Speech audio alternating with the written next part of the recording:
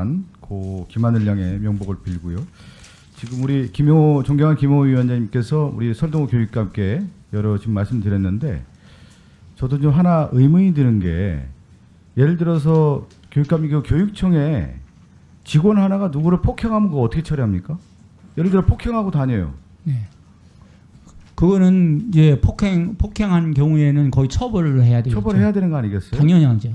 그런데 교사가 기물을 파괴하거나 파손하거나 동료를 폭행하거나 이랬을 경우에는 긴급하게 그 보고가 들어갔을 거 아닙니까? 교육청에. 그렇지 않아요? 아니 상식적으로 생각할 때 같은 직장 생활을 하는데 누가 폭행하고 기물 파손한다고 하면 정상적인 사람이 아니지 않습니까? 그랬을 경우에 그 보고가 들어갔을 경우에는 긴급 조치를 해야 된다는 말씀인 거예요. 핵심은요. 그런데 그 교육청에서 제대로 했느냐에 대한 부분을 이 핵심이라고 좀 말씀드릴 수 있을 것 같습니다. 이거는. 그래서 그 보고를 받은 다음에는 말씀드렸듯이 6일 날까지 거의 있는데 2월 7일 날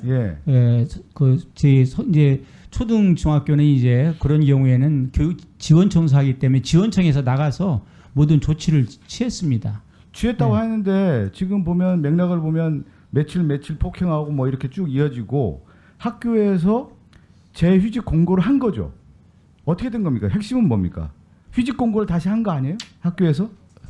휴직 공고는 아니고 휴직 공고를 다시 휴직했으면 좋겠다 이렇게 공고한 거 아닙니까? 아니 권유 병가나 연가란을 내든지 휴직을 하든지 하는 그런 방안 그렇게 하면 좋겠다고 이제 얘기를 한 거죠. 그러면 제 2월 10일 날 2월 10일 날 그렇게 했다는 거 아닙니까? 예, 2월 10일 날입니다. 휴직이 됐든 어쨌든 뭐 병가가 됐든 휴가가 됐든 그러한 것을 공고했다라는 거 아니겠어요? 예. 그 전에 이미 이제 사전적 징후로서 심각한 징후가 이미 포착이 된 거 아니겠습니까? 네. 그러면 그 학교 교장에게만 아니면 학교 교사에게만 휴직 공고를 하는 게 아니라 이 정도면 교육청이나 지금 교육감 산하에 가장 중요한 핵심 부서가 있다고 하면 이것은 초기에 이건 문제가 있다라고 해서 오히려 교육청에서 파견을 해서 이 사람하고 휴직 공고를 하거나 병가를 내거나 휴가를 내라고 권고를 해야 된다는 거죠. 학교에게 맡겨서는 안 되는 상황이 아니었나. 왜 그러냐면 같이 동료 교사가 같이 지내고 있는데 이렇게 폭력한다고 하면 그 동료 교사가 얘기하기가 어려운 것이죠.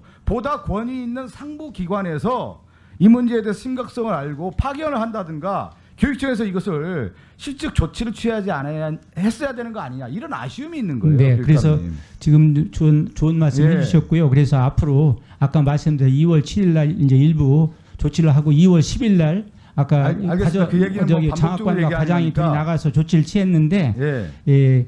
8일, 9일이 아시다시피 토요일도 일요일이 공교롭게 거기에 걸쳐 있습니다. 그래서 조치를 빨리 취한다고 했는데도 이러한 예기치 못한 사고가 일어나서 굉장히 참 죄송하게 생각을 합니다. 네. 네. 제가 말씀드린 교육감 핵심은 이런 위험성 있는 가해 폭력을 하는 교사가 많지는 않을 거 아닙니까? 그런데 이 정도 심각성이 있다고 하면은 상부 기관에서 확실한 조치를 조속하게 했으면 했다라고 하는 부분을 좀 말씀드리는 거고요. 네네. 그 다음에 좀 교육부 장관님 이제 대책을 오늘 말씀을 하셨는데 우리가 가장 중요한 것은 사실 규명이고 사후 대책 아니에요. 네네. 그런데 이 고위험군이라고 하는 것이 지금 보면 고위험 교원에 대한 긴급 조치 등을 강화하겠습니다 했는데 네네. 이 고위험에 대한 교사가 어느 기준이냐에 대한 부분 아니에요. 저는 그냥 심플하게 간단하게 생각하면 폭력성이냐. 예를 들어 정신질환을 앓고 있어요. 그럼 마음속으로 앓고 있는 사람이 폭력으로 이어지는 건 아니지 않습니까? 이 사람은 이 교사는 보다 더 교사 행위를 할 수 있도록 학교에서 지원해 주면 되는 건데 단순하게 정신질환을 앓고 있다라고 하는 것이 학교에 밝혀지면 오히려 이분은 위축돼서 정신질환에 대한 치료도 안 하게 되고 숨어있는 사람이 되는 거 아니겠어요.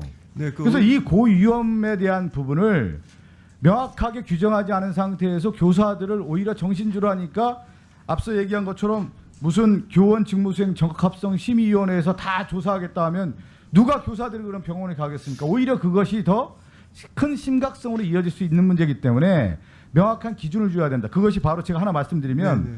고위험 교원에 대한 기준과 더불어서 이 심의위원회도 정말 절제돼서 가장 중요한 부분에 있어서의 심의위원회가 열려야 되지 이것이 남발돼서는 오히려 교사들의 피해를 더 양산할 수 있는 문제이기 때문에 자제하고 심각하게 생각해야 된다. 이 말씀을 드리는 거예요. 네, 예. 의원님 말씀하신 그 포인트에 대해서 공감을 하고요.